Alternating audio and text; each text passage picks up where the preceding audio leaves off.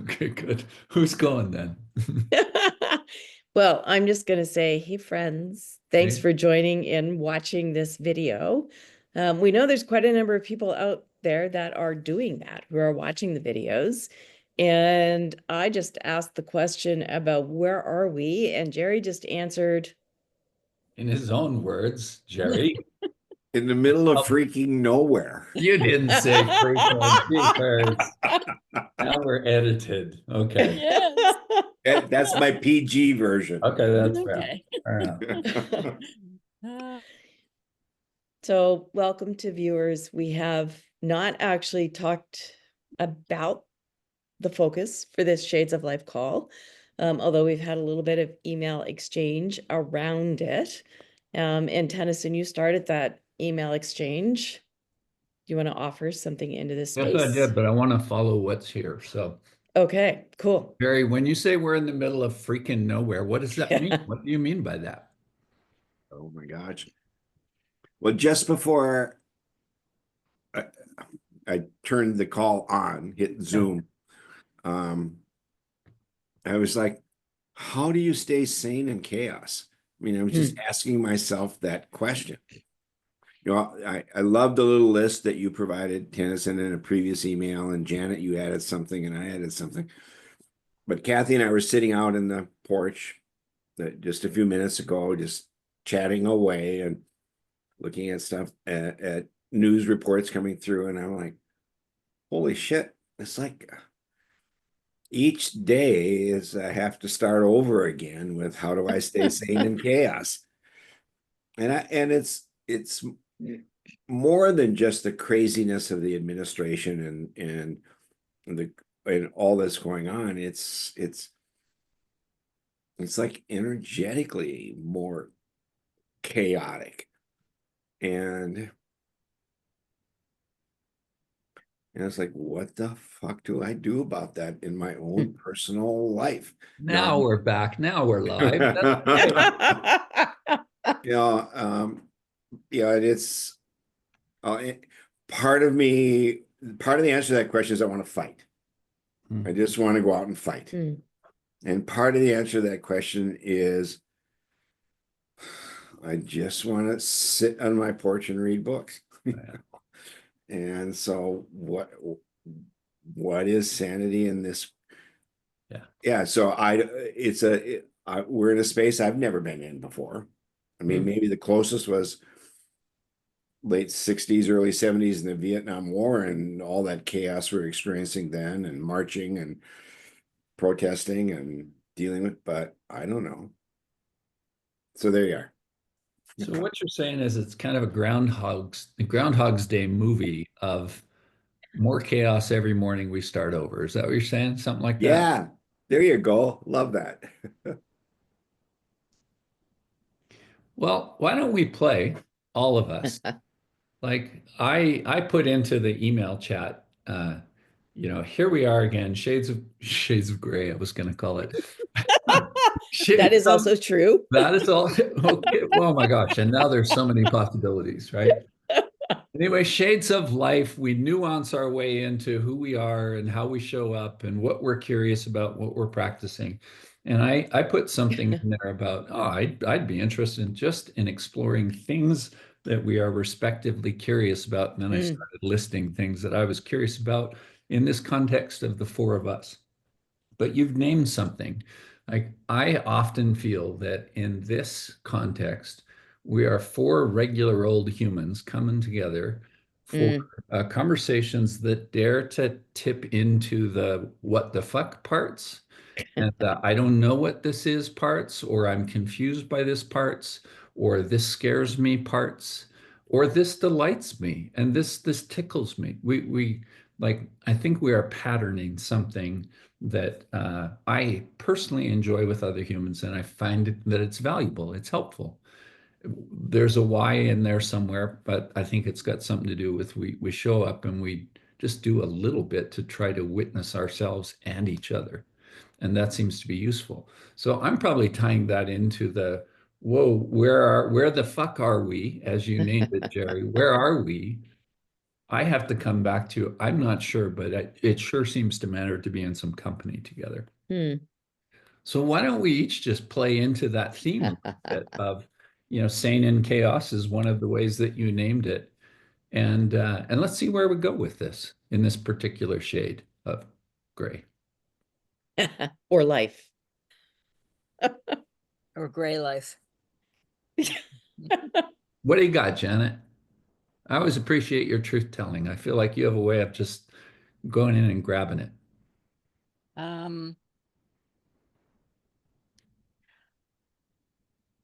I cannot do rage because it destroys me. Yeah.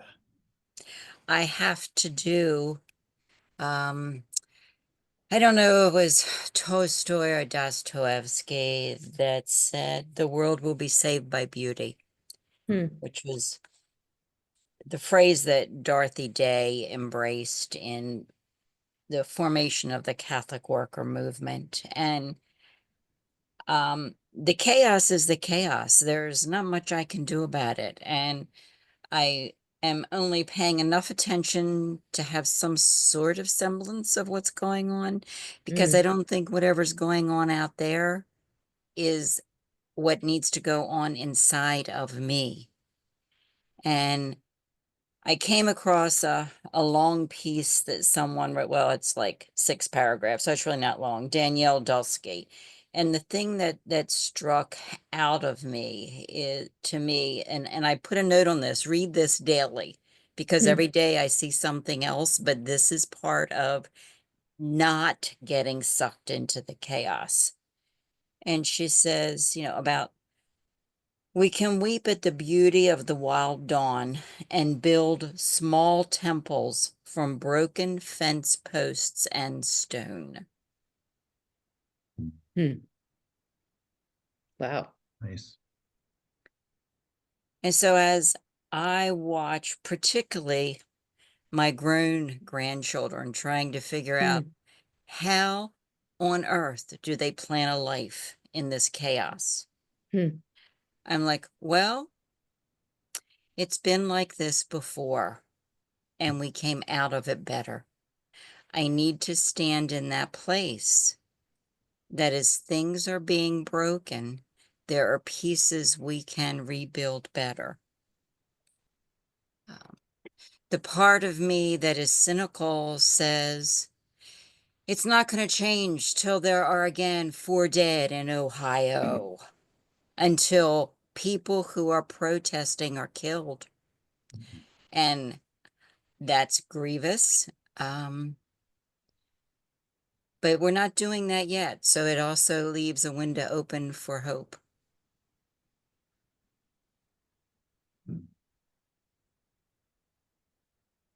Ooh. Then I go, and there are people disappearing off of the streets in the US Yes. every single day. Ooh. Which is, yeah. I liked what you said, Janet, about I can't do rage, it destroys me. One observance I have is that political conversations are way more commonplace, and I notice it particularly with when Jerry and I are with our kids, my kids or his kids. It's a much more dominant part of the conversation than it ever had been in the past. With both? With your kids and Yeah, yours? yeah. And typically it's just not ground, like we may have touched on it in passing, but it wasn't a dinner conversation.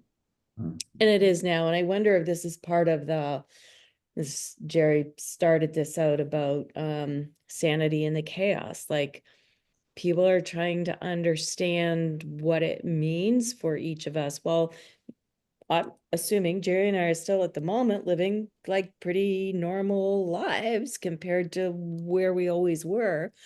And then there's this question of, okay, but what's next? And we don't even know. Like we've even had a conversation about traveling between Canada and the US.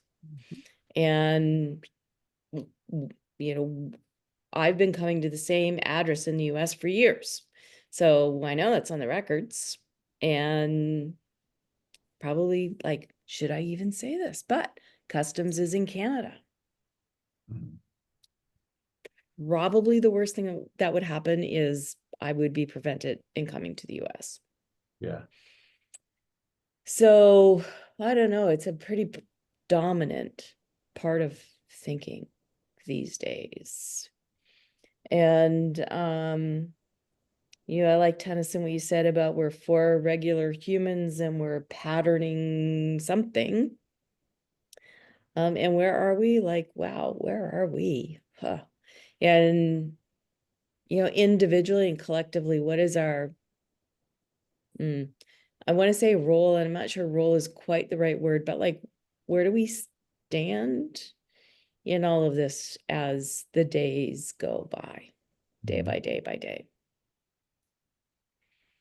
All right, not where I thought I was going to go in this conversation, which we're going to post publicly, but there we are. There you go. Welcome to today. We get to post things that we're not even sure what we're talking about, but we are trying to feel it out loud, right? Like that to Right. me is part of us four and other groups of people being together. I think we're trying to make sense of some things.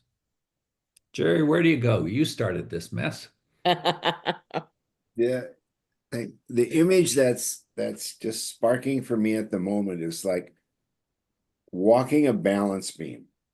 Mm. And so last night we went out to dinner with my son and his partner. Lovely dinner in a restaurant. It was kind of a birthday Christmas gift. And so part of the dinner is about the politics and the current state of affairs. And part of the dinner is like about our lives. And so my granddaughter, who turned 17 in March, just started her first job and just got her first car, which is like a 2004 Toyota with 160,000 miles on it. And she is so proud of this car.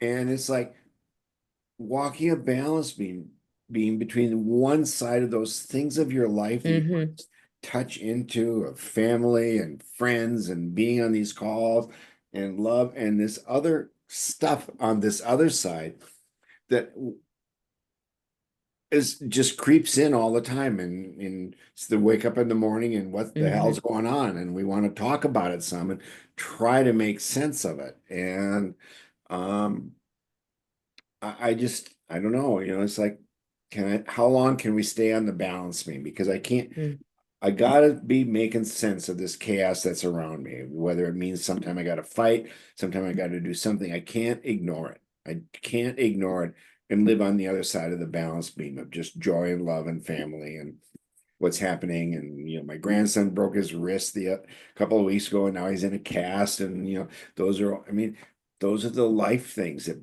bind you together. And yeah, so that's where I was like, how am I walking this freaking balance beam right now? Okay, I'll jump in and try to weave and play and Yeah. see if there's a few words. I don't know what it is. We seem to talk about it in a lot of places. And I think the part of me that wants to be smarter or maybe is a little embarrassed not to fully understand, I don't know what it is. I feel like there are so many layers of it that we're talking about. I recognize that there are some flavors of that it that I jump into and I dive into I'm just in. And then there's other layers of that it that it's like I can't do that one. I'm kind of taken by your phrase, Janet, the can't do rage, which generally fits my orientation also. And I think I'm also realizing that the amendment to that for me is I can't do rage except when I can. And I'm checking that a little bit, like I'm watching the rage come to me. I don't think I can do any sustained rage, but there is something, that might be needed, actually. So I've got that. I am and probably forever will be also a person that that somehow needs to restore things. So maybe this is my version, Jerry, of getting up in the morning and saying, well, what do I do now? I 19 out of 20 times, I need to revert to something simple, and it seems to be centered in joy or love or appreciation. Mm. And because I need that energy in me. So at some level, I think I'm saying something really, really, really simple and maybe even silly. At another level, I think the same thing is a deep discipline, a commitment to Mm. love and appreciation, um, all at the same time. I think of people in my life a little bit here. I don't remember what the context was earlier this week. I think I blog posted something about joy, Mm. and there's a person that I think of often when I think of warriors of joy, that kind of naming. It's Sarah McDougall, and Sarah Mm. is Oh, yeah. kind of known in Circle Way world a little bit and some other contexts, but she lives out on Whidbey Island, and she's 80 now, I think, or Wow. so she's she's got some years behind her. And and one of the things I associate with her, this tiny woman who I think can exude joy in her smile, but also at the level of like not just sunshiny things. She says things like, "Don't let the bastards get you. Don't let the bastards let you get you down." I love that. I need to be able to see something like that. Um, damn. Well, maybe that's telling actually, because when I say "ah damn," it means there's something churning in me, and uh, every now and then I can put some words on that and maybe even find a little clarity. But maybe the truth of it, back to that framing that you sort of started us with, Jerry, is that I don't know what the grounding is.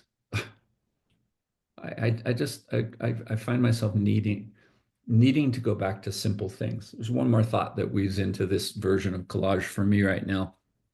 Somewhere in an email thread, I think it was either last week or the week before, and Bob Stilger, a common Mm. friend slash Mm-hmm. human that we know, he was referencing news cycle, and he said there's a lot of kinds of pornography in the world. Oh, That hit me, oh, right? oh. Like there's a lot of there probably was some reference in there to trauma pornography, and he was just naming it. And to me that actually names some of the bombarding feel that I think exists in, a day to day right now. It's fucking bombarding. And boy, as we've said, I think all of us before, I have to be really selective about what I pay attention to and how much I pay attention to, and try to stay in good company with people so that I'm just not denying those things, but I'm not getting swallowed by them. Wow. Okay. There's, some of my version of how do we do this? How do we play this game anyway? Let me stop there. Curious where you guys go, where you folks go. One of my touchstones is to go back to things that have served me for a long time. And I don't think I ever read it, but I am now reading The Chalice and the Blade. Oh. And it's Joanna Macy, and it's the Great Turning, and I Mm. really, yes, yes, we're really in that time, and it's probably gonna not be done while any of us are alive. And it's the long haul. But what she writes about in that book is that the very beginning of human life was not matriarchy or patriarchy. It was partnership. Mm. And I don't think we can get to that till things really fall apart. And it's scary as hell.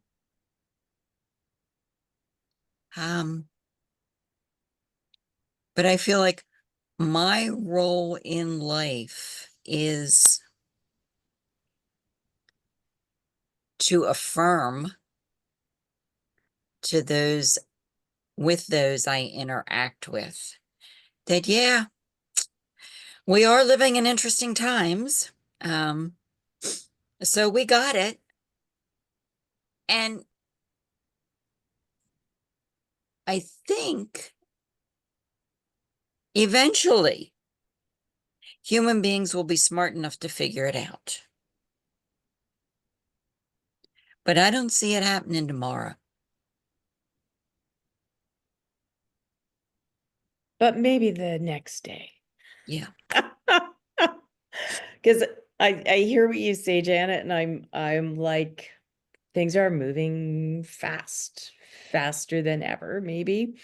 And every time we look at some new development in US, whatever, I refuse to call it policy because it's not.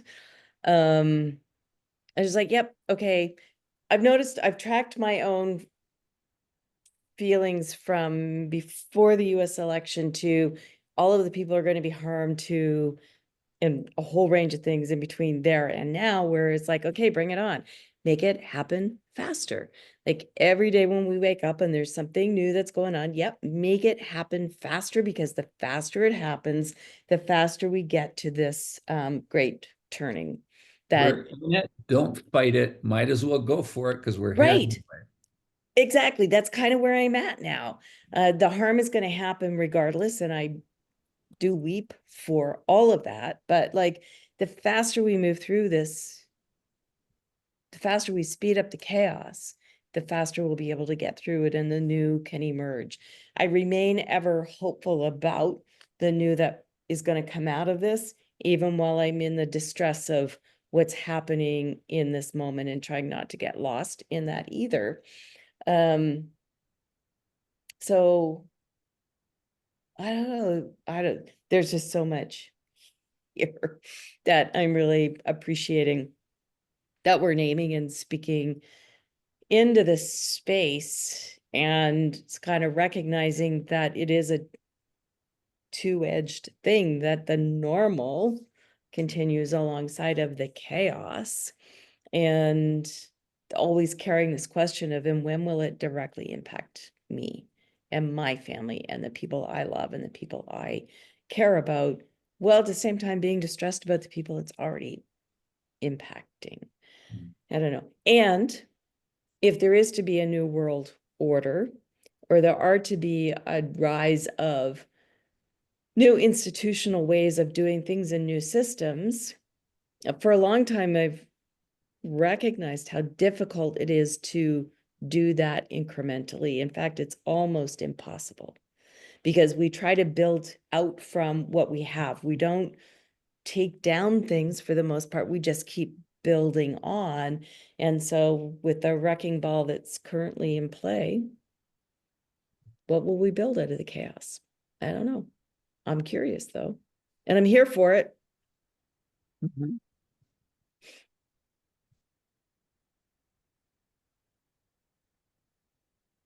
Do for you, Jerry. Well, I got two threads of thought here going on. And listening to the three of you. So I survived Richard Nixon. And I survived Ronald Reagan. Yes. And Jerry, will you say what do you mean, old timer? What do you mean? What do you mean when you say that? So I survived Richard Nixon. What does that mean? well, it was a time of chaos. We were deep into our eyeballs in the Vietnam War, and then we came out of Saigon, and in a mess. And we all thought that Nixon, was going to like take us down some horrible road. Yeah. And I mean, many of us that were, Dems and progressives at the time, and we had images of a country that was become more racist and more war, more engaged in war and violence and so on. And some of that happened and some of it didn't. Mhm. And then along came Ronald Reagan with the welfare queen image, and we thought about the loss of civil rights and the destruction of the government, and that didn't happen. And now here we are again. And so part of what I'm thinking about is the swing in the chaotic path. Mhm. So if we swung one way to Richard Nixon, and after Richard Nixon, we came back and swung a bit the other way, and then we swung back a ways with Ronald Reagan, and then we came back and swung another way, and now are we swinging back again? And each swing, is it more extreme? And what comes next in the swing back? That's a bit of the unknown to me. Is where are we in those swings? So that's kind of one spot where my head was in listening to what the three of you were sharing. But the other little piece was last Saturday night, Kathy and I took my grandson and granddaughter. We went out to dinner together. It's kind of a fun thing we like to do at a local tavern. And we had quite a conversation with my grandson, who's 8, will be 9 shortly, about life after death. Mhm. And this is a big question for him right now. My granddaughter, who's 7, is like, I don't want to talk about it. Didn't want nothing to do with this conversation. Tried to get us to stop. Miles is asking more questions. And the reason I note that is maybe just find some sanity, some calm, something in addressing those big philosophical questions with, I don't need to explore them now about the future of life under Donald Trump. I need to explore them with my grandson and my granddaughter, and because that's where they are in their life right now. They don't give a shit about Donald Trump, but they really care about what happens in the mystery. Mhm. They're in the journey, that learning journey, and we had quite a conversation about past lives. I'm very aware of 2 of them that I've had. I've had more, but I have clear understanding of 2 of them. Kathy talked a little bit about some of hers, and he's like, and so we're like, you don't have to be afraid of death. Mhm. You don't have to. And it's like, let's move on. So then he's then curious about all those things. So there's joy in that bigger question. Yeah, so that's where I am. Those 2 threads of thought: the swing in the chaotic path, and the joy in the fit in the discovery of the mystery by young people. I feel this need to kind of like interject this personal. It's not personal, but it's like I watch some tarot readers and some psychics talking about the current moment, and they always go for entertainment purposes only. And I kind of feel like I want to interject. Our conversation is for entertainment purposes only, and we're in our musings here about possibilities and whatnot. But that phrase just hit me. Anyway, Tennyson, were you about to say something? Oh, I'm about to grunt and groan again like that. That's a part of the vocabulary I think that I'm developing. Um, I feel like the best that I can do is I sort of keep reconnecting some of the pieces. I feel like I'm sitting at a big old puzzle table, Mm. working on the yellow things over here, and then giving up and moving over to something else, and then maybe coming back.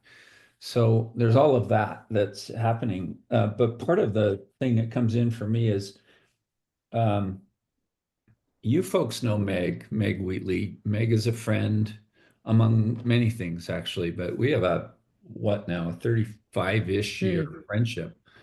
And it mostly is a friendship now. We meet and we're kind of kin and have a bite to eat or a cup of tea. Well, Meg is still a voice out there and she's still got some following and all of that. And one of the things that Meg was tracking and sharing recently somewhere in what I was reading, I think, was when there are destructive forces in the world, and she is talking about deliberate destruction. I don't quite know how to Mhm. land in that, but I want to follow it for a bit, you know. Yep. So when there are destructive forces, I don't think she used this language, but the antidote is creation. And so if Hmm. there is destruction going on, then whether your scale be, you know, this or bigger, create stuff. I kind of relate to that. Like something in my belly says, thank God, or okay, good, or okay, I can do that. And for me, it does apply at the level of the programming and stuff that I'm creating right now. I really feel like I'm, you know, out over Hmm. and free falling a bit with the creation side of it. And I'm just kind of saying, look, if the parachute doesn't work, I'm still jumping over this edge. I'm still going to follow the creative instinct. Now that's at that scale. But another scale that I relate to, I'm probably creating a, you know, a little network of cousin similarities or similes here. If in doubt, or if things are shitty, if things are fucked up, don't forget bits of kindness. Mm. Mhm. Be sweet to your neighbor, you know? Mhm.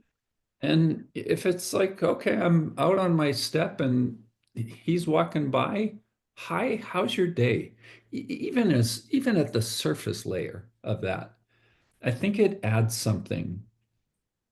Um, so let's see. I think at the same time, I'm sort of feeling there is a metaphysical layer here or a like broad Hmm. energetic layer here.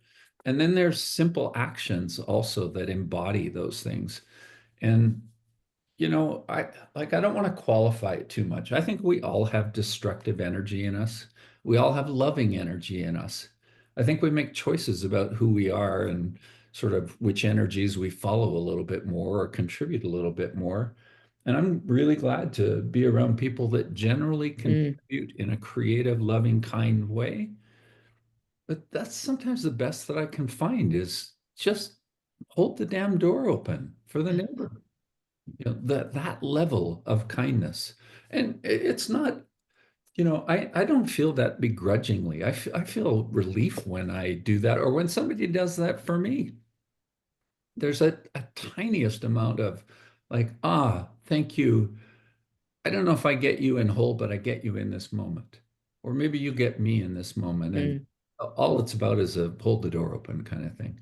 I rely on those things. Mm. I'll stop there.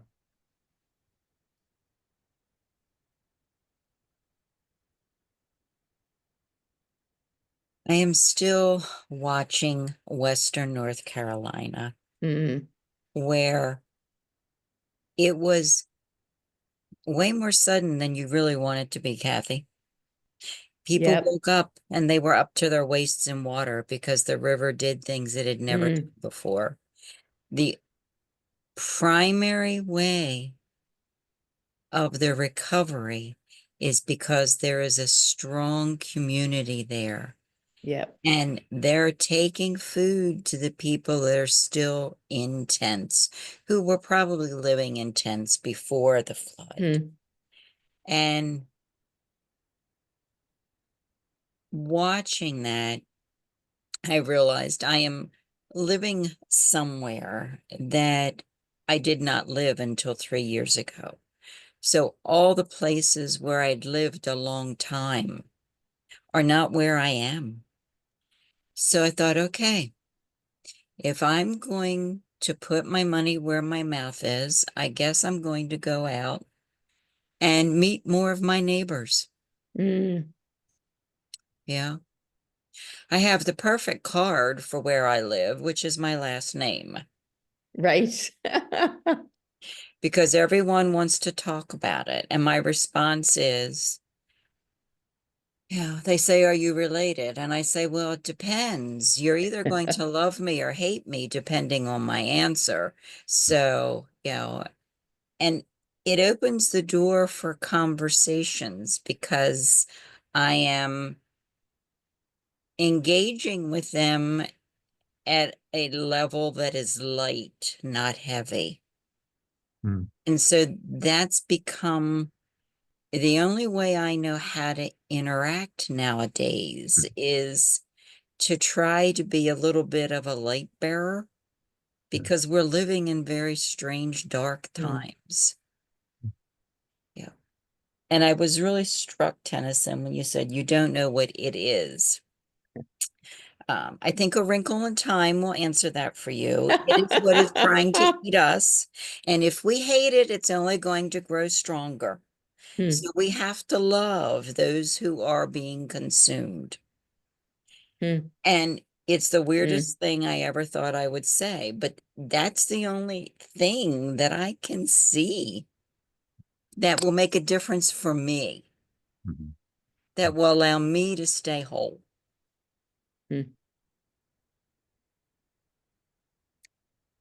What was the last line? That will allow me to stay whole? Is Whole. that what you said? Yes. Yeah. Nice. Because I don't want to get broken in the brokenness. I don't want to change how I see goodness where other people don't. And Jana, I just want to say, you said your last name, it opens conversations, but it doesn't open conversations. No, my You do. last name opens You do. conversations. Yes. You open You do, conversations. that's what Kathy's saying. Right. And I really want you to own your own skill and empathy in doing that, because And you're practice. willing to engage in that in a way that Yes. many other people would not be. And I honor you for that. Oh, it's been a long haul, baby. I can A just lot of sweat imagine. and tears. There you go. Yeah. I feel like I want to remind people I'm Canadian. Hey, me Tennyson's too. right. And Elbows up, Kathy Jourdain. we have I elbows have up. a t-shirt, Exactly. elbows All up. right. So now I have to explain elbows up, because most people don't even know what it means. Jerry's finally really, I keep going. He goes elbows up, and I'm like, you have to tell the story, which is Gordie Howe, who is like maybe one of the, if not the all-time Mr. Hockey person. And lots of people respected him and looked up to him, and he was their hero. Saskatchewan farm boy. Oh, was he? Okay, I did not know that part. Yep, Yeah. cool. And he was the consummate gentleman off the ice. And he didn't instigate things on the ice, but if people came after him, his elbow literally did damage to people, bruised people's faces, knocked out teeth.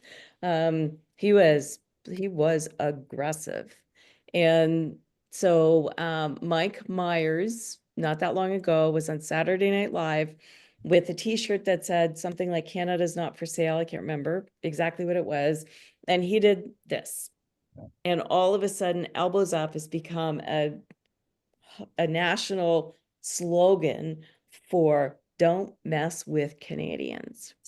And now Mark Carney, who is the current Prime Minister of Canada, who won the leadership race by a decisive more than 80% vote amongst Liberals, he's doing these segments. So first of all, Canada was at risk of having the government being having a non-confidence vote by the other parties, which then would mean that they had to call an election. So Mark Carney goes, yep, nope, getting ahead of that. And I'm just going to call the election before the other parties can bring our government down, which I thought was quite brilliant. He and Mike Myers have done a series of little video segments that makes Mark Carney the banker, because it was the Bank of Canada governor and the Bank of England governor. It makes him human, and it makes him really relatable to a lot of people. But I wanted to mention the Canadian election. It was just called a week ago, and it will be finished on April 28th, which is incomprehensible to a lot of people in the United States in particular. And what's happening in the US with tariffs and whatnot could be a really good thing for Canada and our sovereignty and Canadian pride. and a wake-up call around who do we all want to be as a nation, and how do we want to show up, and so I feel a lot of hope in the chaos in the US creating these kinds of ripples, not just in Canada, but in other places in the world.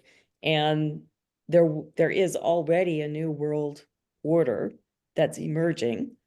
Excuse me. We don't know exactly what it's going to look like, but it harkens back to an early part of this conversation where we were talking about things needing to be destroyed before something new can emerge. And I feel that way about whatever's happening on the world stage. And I just hope it works in my worldview favor of humanity, versus some other worldviews that exist out there. I'm good for now. Wait, Kathy, are you saying that there's a part of my inner Canadian that goes, damn right, and cheers.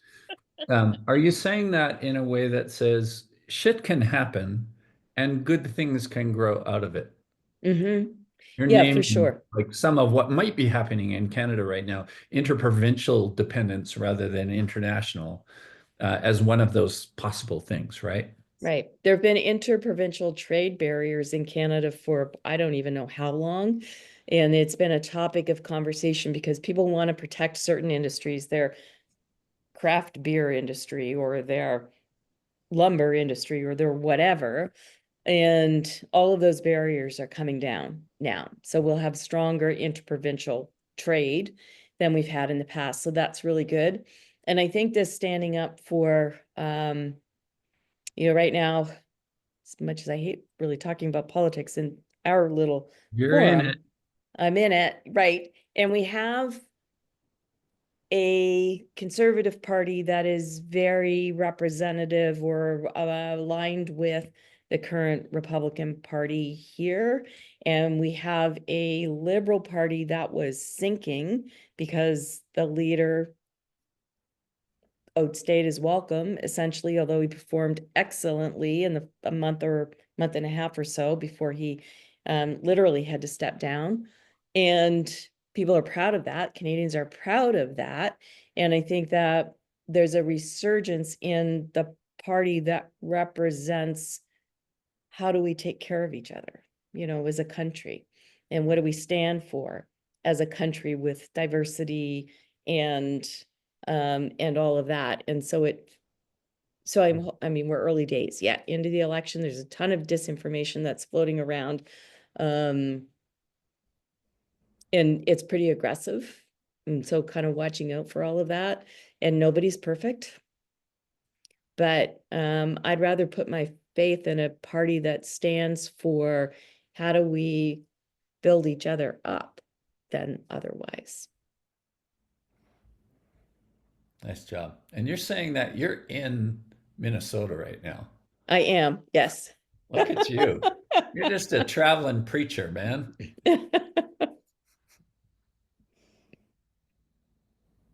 I need Well, I to wanna remind you, as an aging hippie, that the shit is just unseasoned compost.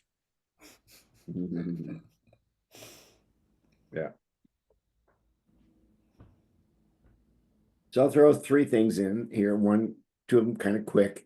One, it was just yesterday, something crossed my news feed about Canadian identity. And historically, Canadian identity is we're not American. But of late, Canadian identity means something much more than that, as Kathy was just describing. And then the other thing is, last Sunday we had grandkids in a sleepover, and then went over to my daughter's, her partner's house to return the grandkids and had breakfast with them. So my daughter, whose political views are similar to mine, but they're raising a family and kids and working a long time, and so they're not politically active in the way that I might be, or Kathy might be, or we might all be. But I was quite delighted that she was busy. She had done prior reading to our getting there about Canada's election and what was going on in Canada politically. and then had a gazillion questions for Kathy about it. And the level of curiosity was just delightful in her desire to understand, you know, Kathy's life in that way, Nice. political life. But I want to just head in a slightly different direction for a moment with something you said, Tenneson, that kind of sparked me. And I feel it's a theme that's been through a number of our calls, these chats, which is kindness. And so Tuesday night, so across the street from me is a Somali family.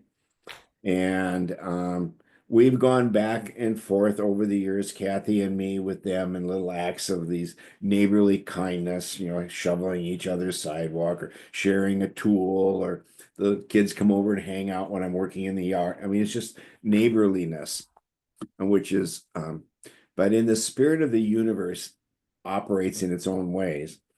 Tuesday night, they invited us, Kathy and I, over for iftar, which is, you know, the breaking of the fast.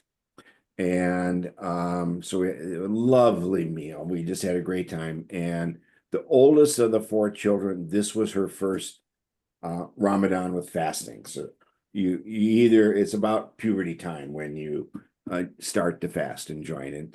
And so she was quite delighted in being in this more sort of, and so she joined us for dinner for the iftar, and she dressed up gorgeously, specially to be with us for the dinner. And I know the mom is a doctor and runs a clinic, and Abdias, he's going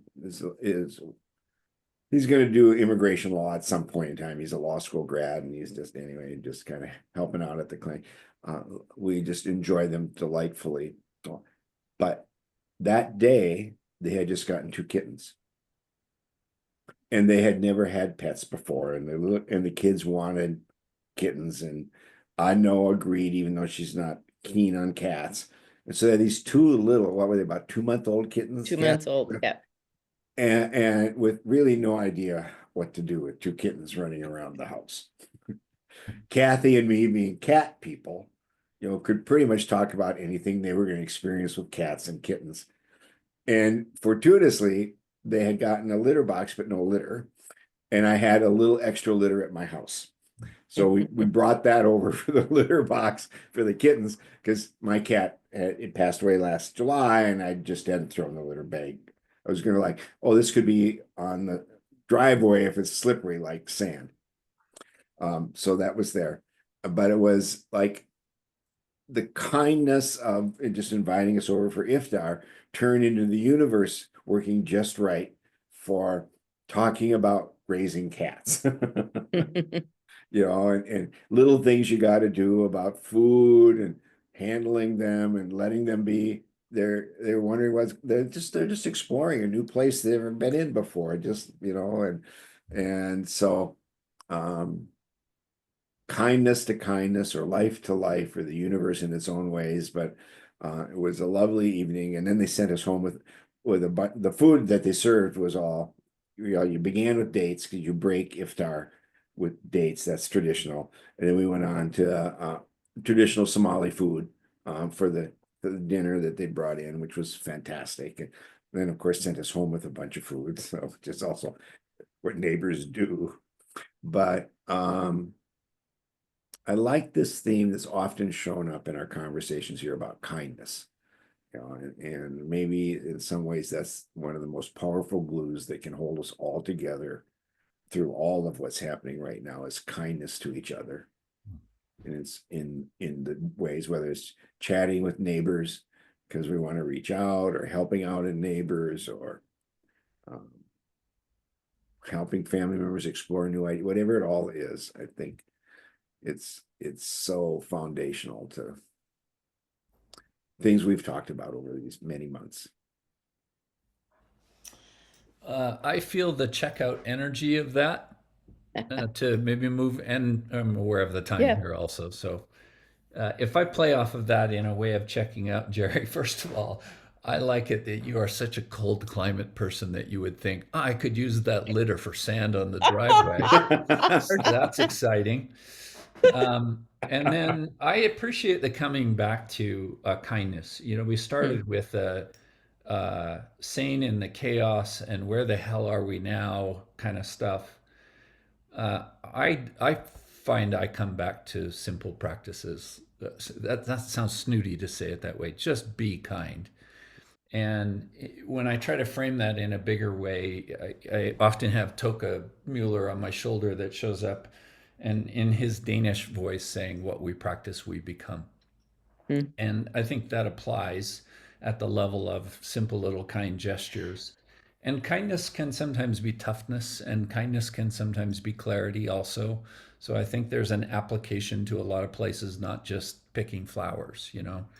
But I have to come back to things like that, and probably in some broader theory for me of, well, how do we exist and be in the world and respond to the ways that life calls us? I have to come back to things like, well, start with kindness. That's a pretty good place to start.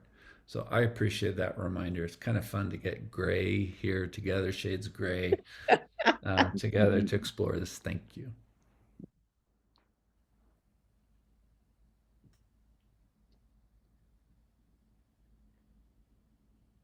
Well, I'm gonna rip off of this human to human connection and just offering things like we just did an art of hosting training at the end of February. And we always say to people, reach out to us if you have questions or you want to chat. And it's rare, really, that people reach out.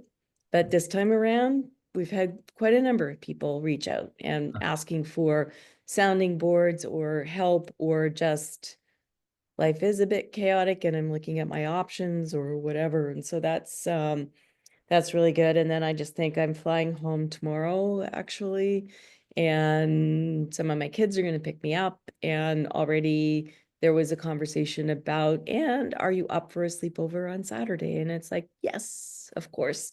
I'm up for a sleepover on Saturday with my 3-year-old grandson. And that's because they keep me sane and because that's human to human connection. And in the world that Jerry and I live in and the life that we live in, one of the most important things is that connection with our grandkids. Mm.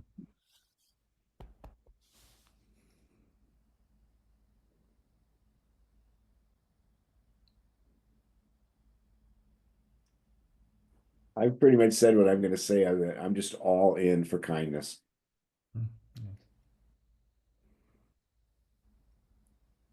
Miss Jeanette? I will return to the thing I have to read daily and read Yeah. you another sentence. We're travelers lost in a wilderness, holding outdated maps. Mm, No one will do this well. Beautiful. that seems apropos for thanks for joining us, people, That's good. for Take our us Shades out, of Kathy. Life, Shades of Gray conversation. Shades of Thank you for something. Shades of something, exactly. All right, we'll see you next time around. Thanks, everyone.